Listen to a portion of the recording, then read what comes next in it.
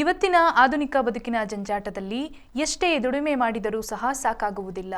ದುಡಿದಷ್ಟು ದುಡಿಮೆ ಬೇಕು, ಇನ್ನಷ್ಟು ಸಂಪಾದಿಸಬೇಕೆಂಬ ಆತುರತೆ ಹೆಚ್ಚಾಗಿರುತ್ತದೆ.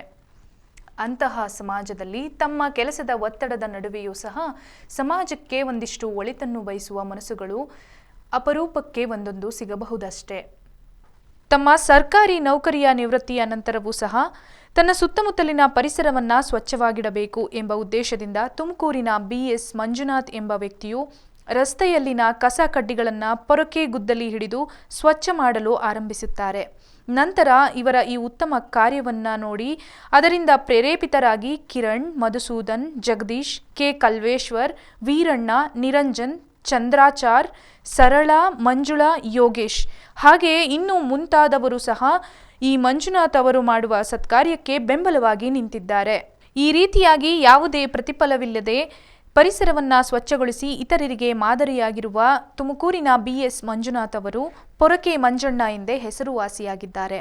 ಇದೀಗ ಪೊರಕೆ ಮಂಜಣ್ಣ ಅವರು ಪರಿಸರದ ಮೇಲಿರುವ ಕಾಳಜಿಯಿಂದಾಗಿ ತನ್ನ ಕಾರ್ಯಕ್ಕೆ ಕೈಜೋಡಿಸಿರುವ ಎಲ್ಲರನ್ನೂ ಸೇರಿಸಿ ಪರಿಸರ ಸೇನೆ ಎಂಬ ಸಂಘವನ್ನು ಕಟ್ಟಿಕೊಂಡಿದ್ದಾರೆ. ತಿಂಗಳಿನಲ್ಲಿ ಪ್ರತಿ 4ನೇ ಶನಿವಾರ ಈ ಪರಿಸರ ಸೇನೆಯು ಕಸ ಕಡ್ಡಿ ಹಾಗೂ ಪ್ಲಾಸ್ಟಿಕ್ಗಳು ತುಂಬಿರುವ ರಸ್ತೆಗಳನ್ನು ಮತ್ತು ಕೆರೆಗಳನ್ನು ಸ್ವಚ್ಛಗೊಳಿಸುವ ಕಾರ್ಯವನ್ನು ಮಾಡುತ್ತಿರುತ್ತಾರೆ. ಇದೇ ಜುಲೈ 28ರಂದು ಶನಿವಾರ ಬೆಂಗಳೂರಿನ ಭೀಮನಕುಪ್ಪೆ ರಾಮೋಹಳ್ಳಿ ರೋಡ್ ಬೆಟ್ಟನಪಾಳ್ಯ ಕೆರೆಯನ್ನು ಸ್ವಚ್ಛಗೊಳಿಸುವ ಕಾರ್ಯವನ್ನು ಪರಿಸರ ಸೇನೆ ಹಮ್ಮಿಕೊಂಡಿತ್ತು. ಕೆರೆಯಲ್ಲಿ ಬಿದ್ದಂಥ ತ್ಯಾಜ್ಯಗಳನ್ನು, ಪ್ಲಾಸ್ಟಿಕ್ಗಳನ್ನು ಹೊರತೆಗೆದು ಸ್ವಚ್ಛಗೊಳಿಸಿದರು.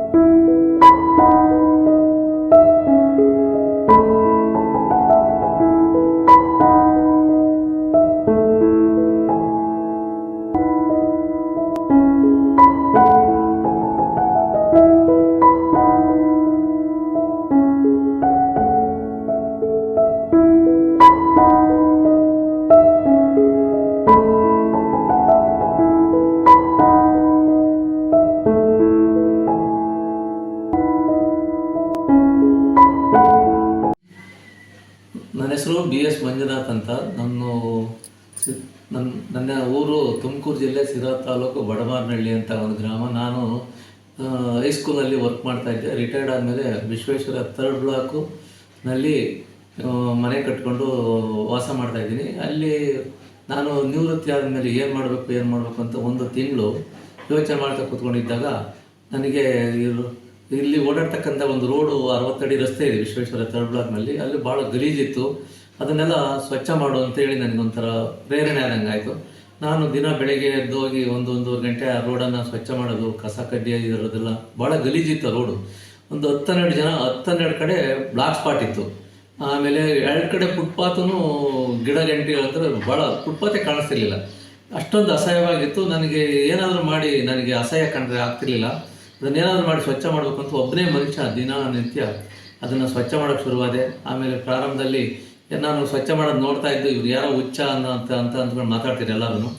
ಆಮೇಲೆ 1 ವರ್ಷ 2 ವರ್ಷ ಕಳೆದ್ಮೇಲೆ ಎಲ್ಲರೂ ನಾನು ಮಾಡೋ ಕೆಲಸ ಅವ್ರಿಗೆ ಭಾಳ ಇಷ್ಟ ಆಗಿ ಎಲ್ಲರೂ ನನ್ನ ಜೊತೆ ಕೈ ಜೋಡಿಸಿ ಇದು ಮಾಡ್ತಾಯಿದ್ದಾರೆ. ನಾನು ಇಡೀ ಅದರ ರೋಡನ್ನು ಸುಮಾರು 1.5 ಕಿಲೋಮೀಟ್ರ್ 2 ಕಿಲೋಮೀಟ್ರ್ ಆಗುತ್ತೆ. ಆ ರೋಡನ್ನು ನಾನೇ ಸ್ವಚ್ಛ ಮಾಡಿ ಇವತ್ತು ಭಾರತ ದೇಶದಲ್ಲಿ ಔಟ್ಸ್ಕರ್ಟ್ನಲ್ಲಿ ಎಲ್ಲೂ ಇಲ್ಲ, ಅಷ್ಟು ಸುಂದರವಾಗಿದೆ ರೋಡು. ಅದಕ್ಕೆ ನಾನು ಅದನ್ನು ಭಾರತ ರತ್ನ ಸರ್ ವಿಶ್ವೇಶ್ವರಯ್ಯನವರ ಮಾದರಿ ರಸ್ತೆ ಅಂತೇಳಿ ಬೋರ್ಡ್ ಹಾಕಿ ಅದಕ್ಕೆ ಹೆಸರಿಟ್ಟಿದ್ದೀನಿ. ಆಮೇಲೆ ಇದನ್ನೆಲ್ಲ ನೋಡಿ ಪ್ರಜಾವಾಣಿಯವರು ಆರ್ಟಿಕಲ್ ಬರೆದ್ರು ನನ್ನ ಬಗ್ಗೆ. ಆಮೇಲೆ ಉದಯವಾಣಿಲಿ ನನ್ನ ಬಗ್ಗೆ ಆರ್ಟಿಕಲ್ ಬಂತು, BTVನಲ್ಲಿ ಬಂತು. ಅವರೆಲ್ಲ ನನಗೆ ಪ್ರೀತಿಯಿಂದ ಪರ್ಕೆ ಮಂಜಪ್ಪ ಅಂತ ಹೆಸರು ಕೊಟ್ಟಿದ್ದಾರೆ. ಈಗ ಅದನ್ನು ನಾನು ಸ್ವಲ್ಪ ಸ್ವಾರ್ಥದಲ್ಲಿ ಬಡಬಾನಹಳ್ಳಿ ಪರ್ಕೆ ಮಂಜಪ್ಪ ಅಂತ ಹೆಸರಿಟ್ಕೊಂಡಿದ್ದೀನಿ. ಈಗ ಇದೇ ರೀತಿ ನಾವು ಎಲ್ಲ ಕಡೆ ಗಿಡ ಮರ ಈ ರೋಡನ್ನು ನಿರಂತರವಾಗಿ ನಾನೇ ಉಸ್ತುವಾರಿ ತಗೊಂಡಿದ್ದೀನಿ. ಇದ್ರ ಸ್ವಚ್ಛತೆನ ನಾನೇ ಉಸ್ತುವಾರಿ ತಗೊಂಡಿದ್ದೀನಿ. ಆಮೇಲೆ ಇದ್ರ ಜೊತೆಗೆ ನಾನು ಎಲ್ಲ ಕಡೆ ಕಸಕ್ಕೆ ಯಾರಾದರೂ ಬೆಂಕಿ ಹಾಕಿದರೆ ಅದನ್ನು ಆರಿಸೋದು, ಗಿಡ ಮರಗಳು ನೆಡೋದು, ಆಮೇಲೆ ಈ ಕೆರೆಗಳ ಬೆಂಗಳೂರಲ್ಲಿ ನಮ್ಮ ಸ್ನೇಹಿತರುಗಳ ಜೊತೆ ಎಲ್ಲ ಹೋಗಿ ಕೆರೆಗಳನ್ನೆಲ್ಲ ಸ್ವಚ್ಛ ಮಾಡ್ತಾ ಇದ್ವಿ. ಈ ಥರ ಎಲ್ಲ ಮಾಡ್ತಾ ಇದ್ವಿ. ನನ್ನ ಜೊತೆಗೆ ಇವು ನಮ್ಮ ಕಲ್ಲೇಶ್ ಅಂತ ಇದ್ದಾರೆ, ಅವರು ಒಂದು ಸ್ವಲ್ಪ ಬಲಗೈ ಸ್ವಾಧೀನ ಇಲ್ಲ. ಅವರು ನನ್ನ ಜೊತೆ ನಿತ್ಯ ಜೊತೆಲಿರ್ತಾರೆ. ಹೀಗಾಗಿ ನಾವು ಇಡೀ ಒಂದು ರೋಡು ಎಲ್ಲರೂ ನಮ್ಮ ಉದ್ದೇಶ ಏನಂದರೆ ಜನಗಳಿಗೆ ಅವ್ರವ್ರ ಮನೆ ಹತ್ರ ಕ್ಲೀನ್ ಮಾಡಿಕೊಂಡು 2 ಗಿಡ ನೆಟ್ಕೊಳ್ಳಿ, ಪರಿಸರವನ್ನು ಕಾಪಾಡಲಿ ಅಂತೇಳಿ ನನ್ನ ಆಸೆ. ಇದನ್ನು ನಮ್ಮ ಚಂದ್ರಾಚಾರ್ಯ ಅಂತ ಯೋಗ ಗುರುಗಳಿದ್ದಾರೆ, ಅವರು ಫಸ್ಟ್ ನ್ಯೂಸ್ ಕನ್ನಡದವ್ರನ್ನ ಕರ್ಕೊಬಂದು ಪರಿಚಯ ಮಾಡಿಸಿ ನಮಗೆ ನನ್ನ ಬಗ್ಗೆ ಆರ್ಟಿಕಲ್ ಮಾಡಬೇಕು ಅಂತೇಳಿ ಕರ್ಕೊಂಬಂದಿದ್ದಾರೆ. ಅವ್ರಿಗೆಲ್ಲ ಭಾಳ ಧನ್ಯವಾದಗಳು. ಆಮೇಲೆ ಫಸ್ಟು TV ನ್ಯೂಸ್ಗೆ ಭಾಳ ಧನ್ಯವಾದಗಳನ್ನು ಅರ್ಪಿಸ್ತೀನಿ. ನಮಸ್ತೆ, ಜಗದೀಶ್ ಅಂತೇಳಿ, ಜಗಯೋಗಾಲಯ ಅಂತೇಳಿ ನಾಗರಬಾವಿ ಯೋಗ ಥೆರಪಿ ಮತ್ತು ಹೀಲಿಂಗ್ ಅನ್ನೋದು ಮಾಡ್ತಾ ಇರ್ತೀವಿ. ಸೊ ಹೀಗೆ ಎಲ್ಲ ಕಡೆ ಯೋಗದ ಮುಖೇನವಾಗಿ, ಭಜನೆಯ ಮುಖಾಂತರವಾಗಿ ನಮ್ಮ ದೇಶ ಮತ್ತು ಸಂಸ್ಕೃತಿ ಇಂಥದ್ದನ್ನೆಲ್ಲವನ್ನು ಮಾಡಲಿಕ್ಕೆ ಅಂತೇಳಿ ಭಜನೆಯ ಮುಖಾಂತರ, ಭಕ್ತಿ ಯೋಗದ ಮುಖಾಂತರ ಅವೇರ್ನೆಸ್ ಕೊಡ್ತಾ ಶುಚಿತ್ವ, ಸ್ವಚ್ಛತಾ ಮತ್ತು ಶ್ರಮದಾನ ಮತ್ತು ಪ್ರಕೃತಿ ವಂದನ ಇಂಥದ್ದನ್ನೆಲ್ಲವನ್ನು ಮಾಡ್ತಾ ಇರ್ತೀವಿ. ಸೊ ಹಾಗಾಗಿ ಇಲ್ಲಿಗೆ ಪ್ರವಾಸ ಕೊಟ್ಟಾಗ ಮಕ್ಕಳೊಂದಿಗೆ ಬಾಲ ಸಂಯೋಗ ಅಂತ ಮಾಡಿದ್ವಿ. ಹಾಗಾಗಿ ಈ ಒಂದು ಕ್ಷೇತ್ರಕ್ಕೆ ನಾವು ಭೇಟಿ ಕೊಟ್ಟಾಗ ಇಲ್ಲಿರ್ತಕ್ಕಂಥದ್ದೆಲ್ಲ ನಾವು ತುಂಬ ನ್ಯಾಚುರಲ್ ಆಗಿರ್ತಕ್ಕಂಥದ್ದು, ಅಂದರೆ ಪ್ರಕೃತಿ ದತ್ತವಾಗಿರ್ತಕ್ಕಂಥದ್ದು ನಾವು ನೋಡಿದ್ವಿ. ಆದರೆ ಅದು ಬರ್ತಾ ಬರ್ತಾ ತುಂಬ ಗಲೀಜಾಗ್ತಕ್ಕಂಥದ್ದು, ಅದು ಶುಚಿತ್ವವನ್ನು ಕಳ್ಕೊಳ್ತಕ್ಕಂಥದ್ದು, ಆ ಕ್ಷೇತ್ರಕ್ಕೆ ಅಮೂಲ್ಯವಾದಂಥದ್ದನ್ನು ಬಿಟ್ಕೊಡ್ತಕ್ಕಂಥದ್ದು ಆಗ್ತಾ ಇರೋದು ನಮಗೆ ಕಳಿಸ್ತಾ ಬರುತ್ತೆ. ಹಾಗಾಗಿ ಅದನ್ನು ನಾವು ಯಾಕೆ ಜವಾಬ್ದಾರಿಯಾಗಿ ತಗೋಬಾರ್ದು ಅಂಥೇಳಿ ಸೊ ಇಲ್ಲಿ ಸ್ವಚ್ಛತಾ ಕಾರ್ಯಕ್ರಮನ ಪ್ರತಿ 3ನೇ 4ನೇ ಶನಿವಾರವನ್ನು ಇಲ್ಲಿ ನಾವು ಶ್ರಮದಾನವನ್ನು ಇಟ್ಕೊಳ್ತೀವಿ. ಇಲ್ಲಿ ಸಾಧನೆ ನಡೆಯುತ್ತೆ, 1 ಗಂಟೆ ಯೋಗ ಸಾಧನೆ ಆಗುತ್ತೆ. ಅದಾದ ನಂತರ ಶ್ರಮದಾನ ಆಗುತ್ತೆ. ಅದಾದ ನಂತರ ಸತ್ಸಂಗ ಆಗಿ ಇಲ್ಲಿ ದೇವಸ್ಥಾನದಲ್ಲೇ ಪ್ರಸಾದ ಇರುತ್ತೆ, ಅದನ್ನು ತೊಗೊಂಡು ಎಲ್ಲರೂ ಹೋಗೋ ಥರ ಎಲ್ಲರಿಗೂ ಒಂದು ಸಾಮಾಜಿಕ ಆರೋಗ್ಯವನ್ನು ನಾವಿಲ್ಲಿ ಹೇಳ್ಕೊಡ್ತಾ ಅದನ್ನು ನಾವು ಪಾಲನೆ ಮಾಡ್ತಾ ಬರ್ತಾ ಇದ್ದೀವಿ. ಸರ್, ನಿಮ್ಮ ಕಡೆಯಿಂದ ಪರ್ಕೆ ಮಂಜುನಾಥ್ ಅವರು ಹೇಳುವಂಥ 2 ಮಾತುಗಳು. ಪರ್ಕೆ ಮಂಜಪ್ಪ ಅವರು ನಮಗೆ ಸ್ಫೂರ್ತಿದಾಯಕ ಮತ್ತು ಪ್ರೇರಣಾದಾಯಕ ಅಂತ ಹೇಳ್ಬೋದು. ಸೊ ಎಷ್ಟೋ ಜನ ನಾವು ನೋಡ್ತೀವಿ, ರಿಟೈರ್ಡ್ ಆದಮೇಲೆ ವಾನಪ್ರಸ್ಥಾಶ್ರಮ ಅಂತ ಇದೆ. ಸೊ ಆ ದಿನದಲ್ಲಿ ಅವ್ರ ಮನೇಲೇ ಇದ್ದು ಏನು ಮಾಡಲಿ ಅಂತ ಕ್ವಶನ್ ಮಾರ್ಕ್ ಆಗಿ ಬೇರೆಯವ್ರಿಗೂ ಕ್ವಶನ್ ಮಾರ್ಕ್ ಆಗಿಬಿಟ್ಟಿರ್ತಾರೆ. ಆದರೆ ಅವರು ಇವತ್ತು ಎಲ್ಲರಿಗೂ ಸಮಾಜಕ್ಕೆ ಉತ್ತರವಾಗಿದ್ದಾರೆ. ರಿಟೈರ್ಡ್ ಆದಮೇಲೂ ಸಹ ನಮ್ಮಲ್ಲಿ ಶಕ್ತಿ ಇರುತ್ತೆ, ಸ್ಫೂರ್ತಿ ಇರುತ್ತೆ, ಮನಸ್ತತ್ವ ಇರುತ್ತೆ. ಅದನ್ನು ನಾವು ಹೇಗೆ ಸಮಾಜಕ್ಕೆ ಮತ್ತು ಉಡುಗೊರೆಯಾಗಿ ಕೊಡ್ಬೋದು, ಆ ಸಮಯವನ್ನು ಉಪಯೋಗಿಸ್ಕೊಳ್ಬೇಕು, ಅಂದರೆ ಸದುಪಯೋಗ ಪಡ್ಕೊಳ್ಬೋದು ಅನ್ನೋದನ್ನ ಅವರು ನಮಗೆ ಹೇಳ್ತಾ ತಿಳಿಸ್ಕೊಡ್ತಾ ಬರ್ತಾ ಇದ್ದಾರೆ. ನಮ್ಮ ದೇಶದಲ್ಲಿ ಎಷ್ಟು ಬೇಕಾದ್ರೂ ನಾವು ಕೆಲಸವನ್ನು ಮಾಡ್ಬೋದು, ಸೇವೆಯನ್ನು ಮಾಡ್ಬೋದು, ಅಷ್ಟು ಇದೆ. ಸ್ವಚ್ಛತೆ ಆಗಿರಲಿ, ಗೈಡ್ಲೈನ್ಸ್ ಕೊಡೋಂಥದ್ದಾಗಿರಲಿ, ಬೇರೆಯವರಿಗೆ ಒಂದು ಅನುಭವಗಳನ್ನ ಹಂಚ್ಕೊಳ್ಳೋದಂತಾಗಲಿ, ಈ ಥರದ್ದೆಲ್ಲ ಕೆಲಸವನ್ನು ಅವರು ಬಿಡುವಿನ ಸಮಯದಲ್ಲಿ, ಅಂದರೆ ಈಗ ಬೆಳಗಿನ ಸಂಜೆ ಅದೇ ಮಾಡ್ತಕ್ಕಂಥ ಕೆಲಸ ಆಗಿದೆ ಅವ್ರದ್ದು. ಆ ಥರ ಪ್ರತಿಯೊಬ್ಬರಿಗೂ ಅವರು ಎಲ್ಲ ಮಾರ್ಗಗಳಲ್ಲಿ, ಎಲ್ಲ ಕ್ಷೇತ್ರಗಳಲ್ಲೂ ಸಹ ಈ ಥರ ಪರಿಸರದ ರಿಲೇಟೆಡ್ ಆಗಿ ಗಿಡ ನೆಡೋದ್ರಾಗಲಿ, ಎಲ್ಲಿ ಗಿಡ ತಗೋಬೇಕು, ಎಲ್ಲಿ ಸ್ವಚ್ಛತೆಯನ್ನು ನಿರ್ಮಾಣ ಮಾಡಬೇಕು, ಅಂದರೆ ಕಿತ್ತೋಗಿರ್ತಕ್ಕಂಥ ರೋಡ್ಗಳ್ನು ಸಹ ತೋರಿಸಿ ನಾಳೆ ದಿನ ನಾವೇ ಅಲ್ಲಿ ಬೀಳೋದು, ನಾವೇ ಓಡಾಡ್ತಾ ಇರ್ತೀವಿ, ಅಲ್ಲೂ ಸಹ ನಾವೇ ರಿಪೇರಿ ಮಾಡಬೇಕು. ಬೇರೆ ಯಾರೋ ಬಂದು ಮಾಡ್ತಾರೆ ಅಂತ ನಾವು ಕಾಯ್ಕೊಳ್ಳೋದು ಬೇಡ, ನಾವೇ ಏನು ಬೇಕಾಗುತ್ತೆ ನಮ್ಮ ಕೈಲಿ ಎಷ್ಟಾಗುತ್ತೆ ಅಷ್ಟು ನಾವೇ ಮಾಡೋಣ ಅಂತೇಳಿ ಅವರು ಫಸ್ಟು ಮೊದಲೇ ಹೆಜ್ಜೆ ಇಡ್ತಾರೆ. ಅದ್ರ ಜೊತೆ ನಾವು ಸಹ ಸೇರ್ಕೊಳ್ತೀವಿ. ಯೋಗ ವೃಂದ ಮತ್ತು ಸ್ನೇಹ ವೃಂದ ಈ ಥರ ಯಾರೆಲ್ಲ ಇದ್ದಾರೆ ಅವರೆಲ್ಲ ಸೇರಿಕೊಂಡು ಅದು ಪೂರ್ತಿಯಾಗಿ ಏನು ಅನ್ಕೊಳ್ತೀವೋ ಅದನ್ನು ಆ ವಾರದಲ್ಲೇ ಕಂಪ್ಲೀಟ್ ಮಾಡ್ಕೊಳ್ತೀವಿ. ಈ ಥರ ಅವರು ನಮ್ಮ ಜೊತೆ ಸಹಕಾರವಾಗಿದ್ದಾರೆ. ಸೊ ಅದು ತುಂಬ ಪ್ರೇರಣಾದಾಯಕ. ಅವ್ರು ನೋಡಿ ನಾವು ಒಂದಷ್ಟು ಜನ ಎಲ್ಲರೂ ಅವ್ರ ಜೊತೆಲಿ ಕೈ ಜೋಡಿಸೋದು ತುಂಬ ಅವಶ್ಯಕವಾಗಿದೆ. ಸೊ ನಮ್ಮ ಸುತ್ತಮುತ್ತ ಎಷ್ಟು ಆರೋಗ್ಯಕರವಾಗಿ ಇಟ್ಕೊಳ್ತೀವಿ ಅಷ್ಟು ನಾವು ಆರೋಗ್ಯವಾಗಿರ್ತೀವಿ. ನಮ್ಮ ಸುತ್ತಮುತ್ತ ಎಷ್ಟು ಮಾಲಿನ್ಯ ಆಗುತ್ತೆ ಅದಕ್ಕೆ ನಾವೇ ಬಲಿಯಾಗೋದು ಮೊದಲನೇದಾಗಿ. ಅದನ್ನು ನಾನು ತಿಳಿಸ್ಲಿಕ್ಕೆ ಇಷ್ಟಪಡ್ತೀನಿ. ಸರ್, ನಮ್ಮ ಪರಿಸರದ ಬಗ್ಗೆ ಮತ್ತು ಪರಿಸರದ ಸ್ವಚ್ಛತೆಯ ಬಗ್ಗೆ ನಮ್ಮ ಜನರಿಗೆ ಏನು ಹೇಳಕ್ಕೆ ಇಷ್ಟಪಡ್ತೀನಿ? ಅದೇ ನಾವು ತಿಳ್ಕೊಂಡಂಗೆ ಶ್ಲೋಕ ಒಂದಿದೆ, ಅನ್ಯಕ್ಷೇತ್ರೇ ಕೃತಾಪಾಪಂ ಪುಣ್ಯಕ್ಷೇತ್ರೇ ವಿಮಿಷ್ಯಸಿ, ಪುಣ್ಯಕ್ಷೇತ್ರೇನ ಕೃತಾಪಾಪಂ ವಜ್ರಲೇಪೋ ವಿಮಿಷ್ಯತಿ ಅಂತ. ಎಲ್ಲೇ ಮಾಡಿದ ಪಾಪವನ್ನು ಪುಣ್ಯಕ್ಷೇತ್ರದಲ್ಲಿ ಕಳ್ಕೊಳ್ಬೋದು. ಅದಕ್ಕೆ ಪುರೋಹಿತರು ಇರ್ತಾರೆ, ದೇವರು ಇರ್ತಾರೆ, ಆ ಒಂದು ವೈಬ್ರೇಷನ್ಸ್ ಅನ್ನೋದು ಇರುತ್ತೆ, ಆ ಒಂದು ಭಾವನಾತ್ಮಕವಾದಂಥ ಭಕ್ತಿ ಯೋಗ ಇರುತ್ತೆ, ಇದೆಲ್ಲ ಇರುತ್ತೆ. ಆದರೆ ಈ ಒಂದು ಕ್ಷೇತ್ರದಲ್ಲೇ, ಅಂದರೆ ಎಲ್ಲೆಲ್ಲಿ ನಾವು ದೇವಸ್ಥಾನಗಳು ಹೋಗ್ತೀವಿ, ಅಂದರೆ ಒಂದು ನದಿ ಹರಿತಕ್ಕಂಥದ್ದು ಸಹ ದೇವಾಲಯದಷ್ಟೇ ವೈಬ್ರೇಷನ್ಸ್ ಇರುತ್ತೆ. ಅಂತ ಜಾಗದಲ್ಲಿ ನಾವು ಮಾಡ್ತಕ್ಕಂಥ ಒಂದು ಪ್ಲಾಸ್ಟಿಕ್ ಹಾಕೋದಾಗ್ಲಿ, ಒಂದು ಗಲೀಜು ಮಾಡೋದಾಗ್ಲಿ, ಇದು ಮಾಲಿನ್ಯ ಮಾಡ್ತಕ್ಕಂಥದ್ದಾಗಲಿ ಮಾಡಿದಾಗ ಅದು ವಜ್ರಲೇಪ ಆದಂಗೆ. ಅದನ್ನು ಯಾವುದೇ ಕಾರಣಕ್ಕೂ ಎಲ್ಲೂ ಸಹ ನಾವು ಕ್ಲಿಯರ್ ಮಾಡ್ಕೊಳ್ಳಿಕ್ಕೆ ಆಗೋದೇ ಇಲ್ಲ. ಎಂಥ ಪೂಜೆ ಪುನಸ್ಕಾರಗಳು ಮಾಡಿದ್ರು ಅದನ್ನ ನಾವು ಕ್ಲಿಯರ್ ಮಾಡ್ಕೊಳ್ಳಿಕ್ಕೆ ಆಗೋದಿಲ್ಲ. ಹಾಗಾಗಿ ಅದನ್ನು ನಾವು ನೆನ್ಪಿಟ್ಕೊಂಡು ನಾವು ಸ್ವಚ್ಛವಾಗಿ ಇಟ್ಕೊಳ್ಳೋದು ನಮ್ಮ ಧರ್ಮ ಆಗಿದೆ. ಅದೇ ನಾವು ಬೇರೆ ಧರ್ಮವನ್ನು ಹೊಗಳೋದು ತೆಗೊಳ್ಳೋದು ಬೇಡ, ಆದರೆ ನಮ್ಮ ಧರ್ಮವನ್ನು, ನಮ್ಮ ಸ್ವಧರ್ಮವನ್ನು ನಾವು ಮಾಡಲೇಬೇಕಾಗಿದೆ. ಆ ಸ್ವಧರ್ಮವನ್ನು ಪಾಲನೆ ಮಾಡೋದೇನಿದೆ ಅದು ನಮಗೆ ಮೊದಲನೇ ಆದ್ಯತೆಯನ್ನು ಕೊಡ್ಬೇಕು ನಾವು. ಹಾಗಾಗಿ ನಮ್ಮ ಸಂಸ್ಕೃತಿಯನ್ನು ನಾವು ಉಳಿಸ್ಬೇಕು, ಬೆಳೆಸ್ಬೇಕು ಅನ್ನೋದು ಸೆಕೆಂಡ್ರಿ. ನಮ್ಮ ಭಾಷೆಯನ್ನು ನಾವು ಉಳಿಸ್ಬೇಕು, ಬೆಳೆಸ್ಬೇಕು ಅನ್ನೋದು ಸೆಕೆಂಡ್ರಿ. ಆದರೆ ಅದು ನಾವೆಷ್ಟು ಅನುಷ್ಠಾನ ಮಾಡ್ತಾ ಇದ್ದೀವಿ, ಅದರಲ್ಲಿ ನಾವೆಷ್ಟು ಇನ್ವಾಲ್ವ್ಮೆಂಟ್ ಆಗಿದ್ದೀವಿ ಅದು ಮುಖ್ಯವಾಗಿರುತ್ತೆ. ಅದು ನೋಡಿಕೊಂಡೇ ನಮ್ಮ ಮನೆಯಲ್ಲಿ ಇರ್ತಕ್ಕಂಥವ್ರು, ನಮ್ಮ ಮನೆ ಸುತ್ತಮುತ್ತ ಇರ್ತಕ್ಕಂಥವ್ರು ಅವರೆಲ್ಲರೂ ಸಹ ಪಾಲನೆ ಮಾಡ್ತಾರೆ. ಹಾಗಾಗಿ ಮೊದಲು ನಾವು ಹೆಜ್ಜೆ ಇಡೋಣ. ನನ್ನ ಕೈಯಲ್ಲಿ ಏನಾಗುತ್ತೆ, ಸ್ವಧರ್ಮ ನಾನು ನೀಟಾಗಿ ಇಟ್ಕೊಳ್ಬೋದಾ, ನಾನು ಶುಚಿತ್ವವಾಗಿ ಇಟ್ಕೊಳ್ಬೋದಾ, ನನ್ನ ಧರ್ಮವನ್ನು, ನನ್ನ ಸಂಸ್ಕೃತಿಯನ್ನು, ಸಂಸ್ಕಾರವನ್ನು ನಾನು ಪಾಲನೆ ಮಾಡ್ಬೋದಾ, ಅದನ್ನು ನಾವು ಮಾಡ್ತಾ ಹೋಗೋಣ. ತಂತಾನಾಗೆ ಮಿಕ್ಕಿದೆಲ್ಲ ತಂತಾನಾಗೆ ಸರಿ ಹೋಗ್ತಾ ಬರುತ್ತೆ. ಅದನ್ನು ಮಾಡ್ಬೋದು. ಧನ್ಯವಾದಗಳು ಸರ್, ತುಂಬ ಸಂತೋಷ ಆಯಿತು. ಧನ್ಯವಾದ. First I T V news ಚಾನಲ್ನ ಎಲ್ಲರೂ ಸಪೋರ್ಟ್ ಮಾಡೋಣ, ಸಬ್ಸ್ಕ್ರೈಬ್ ಮಾಡೋದ್ರ ಮೂಲಕ, ಮತ್ತು ಲೈಕ್ ಮಾಡೋಣ. ಎಲ್ಲರೂ ಲೈಕ್ ಆಗಿರೋದಕ್ಕೆ ಲೈಕ್ಸ್ ಅಟ್ರಾಕ್ಟ್ಸ್ ಲೈಕ್ಸ್ ಅಂತ. ಹಾಗಾಗಿ ಈ ಥರ ವಿಚಾರಗಳನ್ನು ನಾವು ಸಮಾಜಕ್ಕೆ ಹೇಳಿದಾಗೆ ಅದು ಇನ್ನಷ್ಟು ಅವರಿಗೆ ಅವೇರ್ನೆಸ್ ಅನ್ನೋದು ಬರುತ್ತೆ. ಅವೇರ್ನೆಸ್ ಎಲ್ಲರಿಗೂ ಇದ್ದೇ ಇರುತ್ತೆ, ಆದರೆ ಅವೇರ್ನೆಸ್ಸು ಯಾವಾಗ ನಮಗೆ ಇಂಪ್ಲಿಮೆಂಟೇಷನ್ ಇರುತ್ತೆ, ಅವರು ಪಾಲನೆ ಮಾಡಿದಾಗ ಅಲ್ವಾ. ಎಲ್ಲರೂ ಬುದ್ಧಿವಂತರೇ, ಎಲ್ಲರೂ ಎಜುಕೇಟೆಡೇ, ಆದರೆ ಯಾಕೆಲ್ಲ ಕಡೆನೂ ಮಾಲಿನ್ಯ ಇದೆ, ಯಾಕೆಲ್ಲ ಕಡೆ ರೋಗಗಳಿದೆ, ಇನ್ನು ಆಸ್ಪತ್ರೆಗಳು ಯಾಕೆ ಜಾಸ್ತಿ ಆಗ್ತಿದೆ? ಯೋಗ ಅನ್ನೋ ಒಂದು ದಾರಿನೂ ಮಾರ್ಗನೂ ಇದೆ, ಅದೇ ಥರ ಟ್ರೀಟ್ಮೆಂಟ್ ಅನ್ನೋ ಮಾರ್ಗನೂ ಇದೆ. ಅದಕ್ಕೆ ನಾವು ಮುಂಚಿತವಾಗಿ ಜಾಗೃತಿ ತೊಗೊಂಡ್ರೆ ಯೋಗವನ್ನು ಮಾಡ್ಬೋದು. ಆಮೇಲೆ ಲೇಟಾಗಿ ಮಾಡ್ಕೊಂಡ್ರೆ ಯೋಗಕ್ಕೆ ಟ್ರೀಟ್ಮೆಂಟ್ ಅನ್ನೋ ತೊಗೋಬೇಕಾಗತ್ತೆ. ಹಾಗಾಗಿ ರೋಗಕ್ಕೆ ಬದಲಾಗಿ ಯೋಗಕ್ಕೆ ಮಾರ್ಗವಾಗಿ ಅದನ್ನು ಮಾಡ್ತಾ ಹೋಗೋಣ. ಫಸ್ಟ್ ಐ ನ್ಯೂಸ್ ಚಾನಲ್ಗೆ ಸಪೋರ್ಟ್ ಮಾಡೋದ್ರ ಮೂಲಕ ಸಬ್ಸ್ಕ್ರೈಬ್ ಮಾಡೋಣ, ಮತ್ತು ಲೈಕ್ ಮಾಡೋದ್ರ ಮೂಲಕ ನಾವು ಲೈಕ್ ಮಾಡ್ತಾ ಹೋಗೋಣ. ಸೊ ಇದು ಲೈಕ್ಸ್ ಅಟ್ರಾಕ್ಟ್ಸ್ ಲೈಕ್ಸ್ ಅಂತೇಳಿ. ಸೊ ನಾವು ಎಷ್ಟು ಈ ಥರ ವಿಚಾರಗಳನ್ನು ನಾವು ಬೆಂಬಲಿಸ್ತೀವೋ ಅಷ್ಟೇ ಸೂಚ್ಯವಾಗಿ ಅವನ್ನ ತಿಳಿಸ್ತಾ ಹೋಗ್ತಾರೆ. ಅದಕ್ಕೆ ನಮ್ಮ ಸಹಕಾರ ಮತ್ತು ಬೆಂಬಲ ಸದಾ ಇರಲಿ ಅಂತೇಳಿ ನಾನು ಆಶಿಸ್ತೀನಿ. ಧನ್ಯವಾದ. ನಮಸ್ತೆ, ತಮ್ಮ ಹೆಸರು? ಮಧುಸೂದನ ಅಂತ, ಓಕೆ. ಯೋಗ ಭಾರತ್ ಕೇಂದ್ರ, ನಾಗರಭಾವಿ. ಇಲ್ಲಿ ಯೋಗವನ್ನು ನಾವು ಎಲ್ರಿಗೂ ಹೇಳ್ಕೊಡ್ತಾ ನಾವು ಪ್ರಾಕ್ಟೀಸ್ ಮಾಡ್ತಾಯಿದ್ದೀವಿ. ಹಾಗೆ ನಾವು ಹೇಳ್ತೀವಿ, ಮಾತೃದೇವೋಭವ, ಪಿತೃದೇವೋಭವ, ಆಚಾರ್ಯ ದೇವೋಭವ, ಪ್ರಕೃತಿ ದೇವೋಭವ, ಹಾಗೆ ಅನ್ನದಾತು ಸುಖೀಭವ, ರಾಷ್ಟ್ರ ದೇವೋಭವ ಅಂತ ಹೇಳ್ತೀವಿ. ಅಂದರೆ ಪ್ರಕೃತಿಯನ್ನು ದೇವರಂತೆ ಆರಾಧಿಸಬೇಕು. ಆರಾಧಿಸೋದು ಹೀಗೇನಾ ಅಂತ ನಾವು ಪ್ರಶ್ನೆ ಮಾಡಿಕೊಂಡ್ರೆ, ನಾವು ಪ್ರಕೃತಿನ ಬರೀ ಆಡಂಬರಕ್ಕಾಗಿ ಪೂಜೆ ಮಾಡದೆ ಅದನ್ನು ಆರಾಧನೆ ಮಾಡಬೇಕು. ನಿಜ. ಹೇಗೆ? ಹೀಗೆ ಪ್ರಕೃತಿಯನ್ನು ಗಿಡದ ಮುಖಾಂತರ, ಮರದ ಮುಖಾಂತರ, ಹಾಗೆ ಕೆರೆಗಳ ಮುಖಾಂತರ ಅದನ್ನು ನಾವು ಮಾಡ್ತಾ ಬರಬೇಕು. ಅದನ್ನು ನಮಗೆ ಹಿರಿಯರು ಹೇಳ್ಕೊಟ್ಟಿದ್ದಾರೆ, ಹೇಗೆ ಗಂಗೆ ಪೂಜೆ ಮಾಡಬೇಕಂತ ಹೇಳ್ಕೊಟ್ಟಿದ್ದಾರೆ.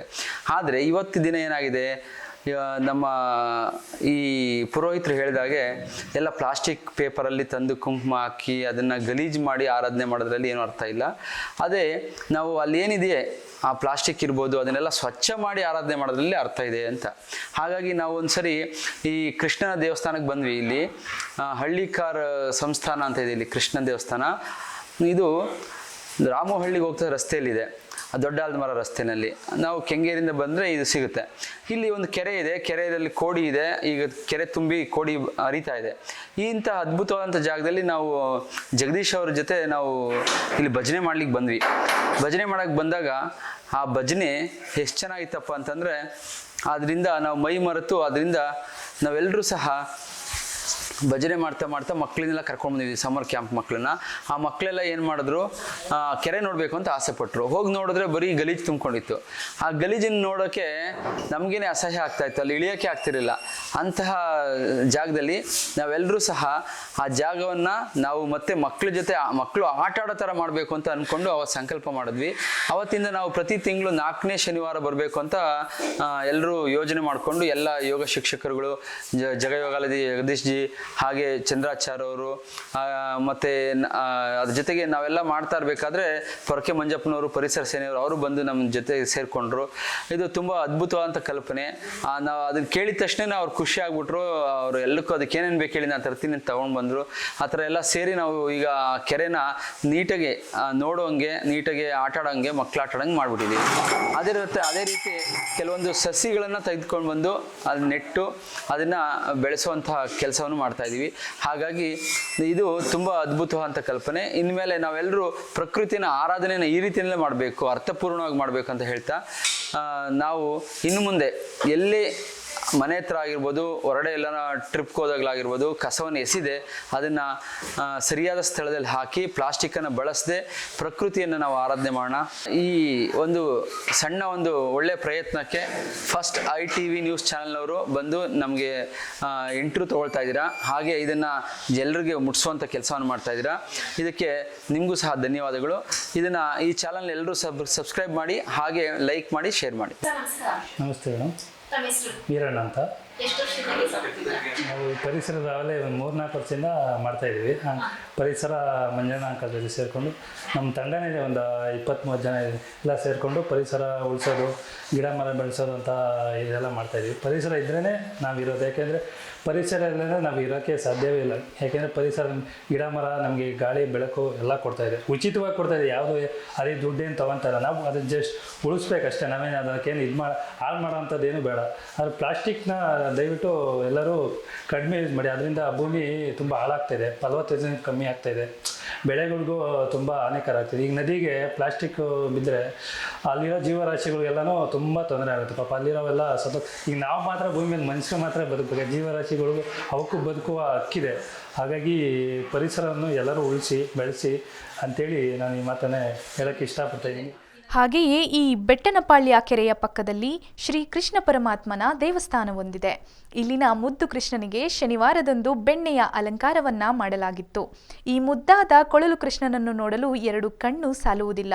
ಅಷ್ಟು ಸೊಗಸಾಗಿ ಸುಂದರವಾಗಿರುವ ಕೃಷ್ಣನ ಸನ್ನಿಧಿಗೆ ಬಂದು ಕೆರೆಯನ್ನು ಸ್ವಚ್ಛಗೊಳಿಸಿದ ನಂತರ ಪರಿಸರ ಸೇನೆಯ ಸದಸ್ಯರೆಲ್ಲರೂ ಸಹ ಅಲ್ಲಿಗೆ ಬಂದು ಭಜನೆ ಮಾಡಿ ಭಕ್ತಿಭಾವವನ್ನ ತೋರಿದ್ರು. ಹಾಗೂ ಈ ದೇವಸ್ಥಾನದ ಪ್ರಧಾನ ಅರ್ಚಕರಾದಂತಹ ಕುಮಾರಸ್ವಾಮಿಯವರು 11 ವರ್ಷಗಳಿಂದ ಈ ದೇವಸ್ಥಾನದಲ್ಲಿ ಪೌರೋಹಿತ್ಯವನ್ನ ಮಾಡ್ತಾ ಬಂದಿದ್ದೇನೆ. ಈ ರೀತಿಯ ಪರಿಸರ ಕಾಳಜಿ ಕಾರ್ಯ ಮಾಡುತ್ತಿರುವ ಪರಿಸರ ಸೇನೆಯ ಉದ್ದೇಶ ತುಂಬ ಮಹತ್ತರವಾದದ್ದು.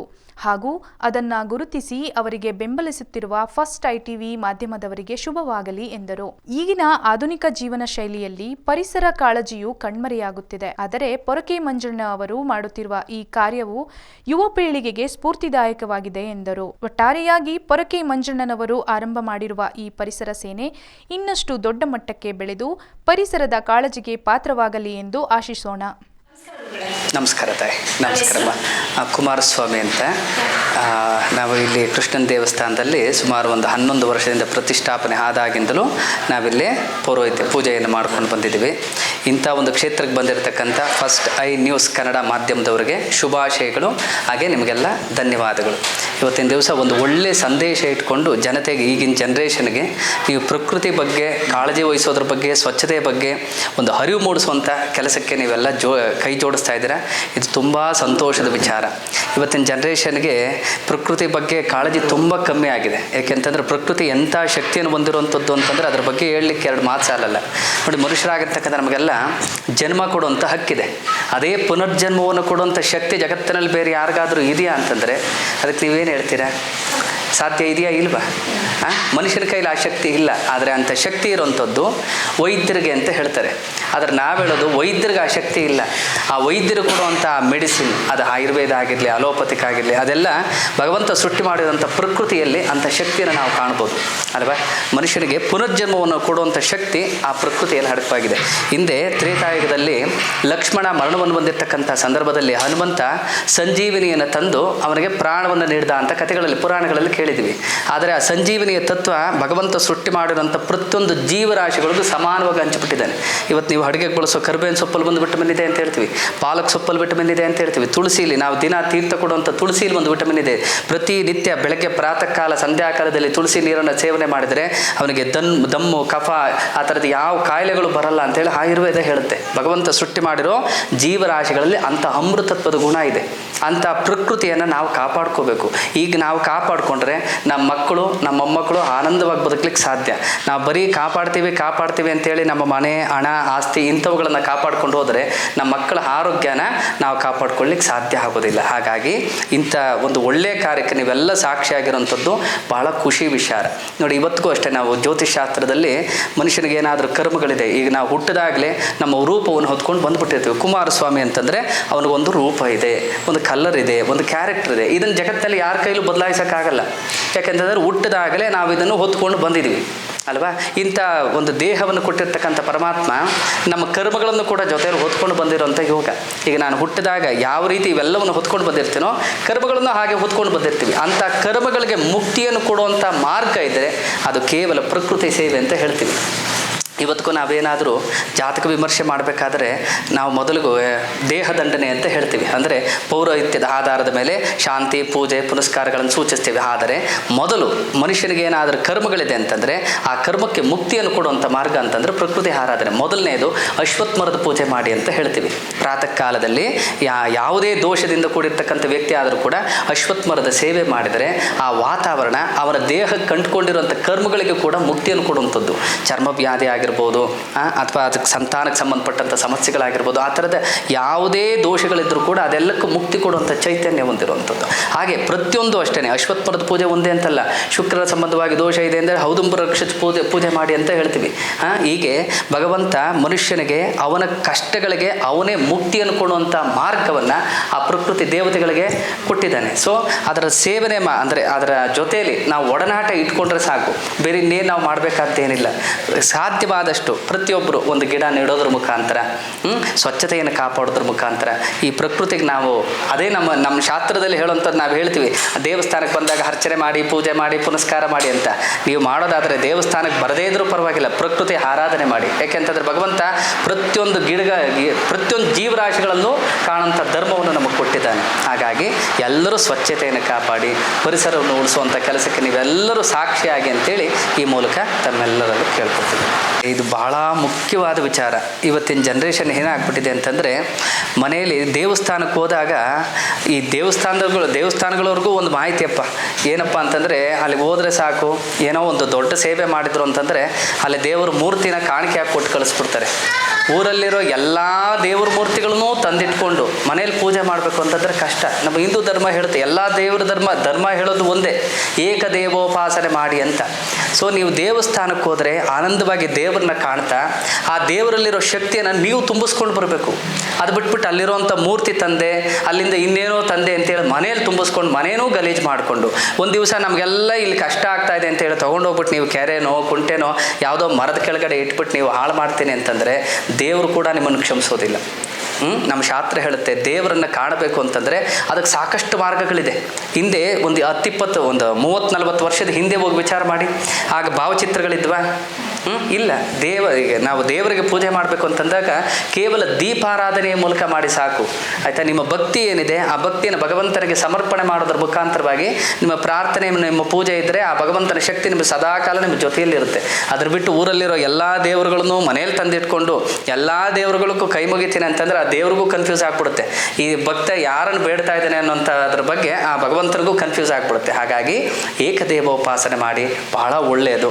ಅದರ ಜೊತೆಯಲ್ಲಿ ಆ ಎಲ್ಲ ಮೂರ್ತಿಗಳನ್ನು ಅಕಸ್ಮಾತ್ ನಿಮ್ಮ ಮನೆಯಲ್ಲಿ ತುಂಬ ಯಥೇಚ್ಛವಾಗಿದೆ ಅದನ್ನು ಎಲ್ಲೋ ಇಡಬೇಕು, ಶಾಸ್ತ್ರದಲ್ಲಿ ಅದಕ್ಕೂ ಅವಕಾಶ ಇದೆ ನೋಡಿ. ಅರಿದ ವಸ್ತುಗಳನ್ನು, ಅರಿದಿರ್ತಕ್ಕಂಥ ಭಾವಚಿತ್ರಗಳು ಆ ಥರದ್ದು ಏನಾದರೂ ಇದ್ದರೆ, ಭಾವಚಿತ್ರ ಅನ್ನೋದು ಕೇವಲ ಭಾವನೆಗೆ ಮಾತ್ರ ಸೀಮಿತವಾಗಿರುತ್ತೆ. ಸೊ ಅದೇನಾದರೂ ಭಿನ್ನವಾಗ್ತಾ ಇದೆ, ಹರಿತಾ ಇದೆ ಅಂತಂದರೆ ಅದನ್ನು ಎಲ್ಲಾದರೂ ಹೋಮ ಹವನಾದಿಗಳು ನಡೆಯುವಂಥ ಜಾಗದಲ್ಲಿ ಅದನ್ನು ಅರ್ಪಣೆ ಮಾಡಿ, ಅಗ್ನಿಗೆ ಆಹುತಿ ಮಾಡಿ, ಶಾಸ್ತ್ರದಲ್ಲಿ ಅವಕಾಶ ಇದೆ. ಈಗ ಮುರಿಯುವಂಥ ವಸ್ತುಗಳು, ಮರದ ಕಟ್ಟಿಗೆ ವಸ್ತುಗಳು, ದೇವ್ರ ಮೂರ್ತಿಗಳನ್ನು ಈಗ ಕೆಲವು ತುಂಬ ಕಡೆ ಕೊಡ್ತಾರೆ, ದೇವಸ್ಥಾನಗಳವರೇ ಕೊಡ್ತಾರೆ. ಅದನ್ನು ಭೂಮಿಲಿ ಹೂಳಬೇಕು ಅಂತ ಹೇಳ್ತೀವಿ. ಸೊ ಅದ್ರ ಮುಖೇನ ಪ್ರಕೃತಿಯನ್ನು ಕಾಪಾಡ್ಕೋಬೋದು. ಈಗ ಕಲ್ಲಿನ ಮೂರ್ತಿಗಳು ಅಥವಾ ಲೋಹದ ಮೂರ್ತಿಗಳು ಹಾಳಾಗಿರ್ತಕ್ಕಂಥದ್ದು ಯಾವುದಾದ್ರೂ ಇತ್ತು ಅಂತಂದರೆ ಅದನ್ನು ನೀರಿಗೆ ವಿಸರ್ಜನೆ ಮಾಡಿ. ಶಾಸ್ತ್ರದಲ್ಲಿ ಈ ರೀತಿ ಕ್ರಮ ಇರುವಂಥದ್ದು. ಅದನ್ನು ಬಿಟ್ಬಿಟ್ಟು ನೀವು ತೊಗೊಂಡೋಗಿ ಯಾವುದೋ ಮರದ ಕೆಳಗಡೆ ಇಡೋದು, ಅಲ್ಲಿ ನಾಯಿಗಳೆಲ್ಲ ಹೋಗಿ ಮೂತ್ರ ವಿಸರ್ಜನೆ ಮಾಡ್ತಾ ಇರ್ತವೆ, ನಮ್ಮ ಕಣ್ಣಾರೆ ನಾವು ನೋಡಿದ್ದೀವಿ. ಅಂಥ ಪಾಪಕ್ಕೆ ಯಾಕೆ ಗುರಿ ಆಗ್ತೀರಾ ನೀವು?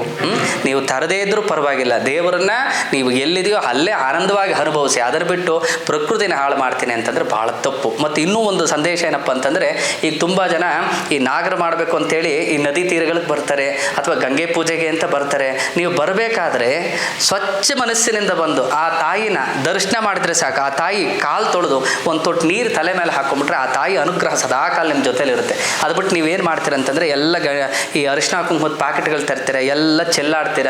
ಅದೆಲ್ಲ ಇವತ್ತು ಕೆಮಿಕಲ್ ಆಗಿರುವಂಥದ್ದು. ಶುದ್ಧವಾದ ಅರಿಶಿಣ, ಶುದ್ಧವಾದ ಕುಂಕುಮ ನಿಮಗೆ ಸಿಗೋದೇ ಇಲ್ಲ.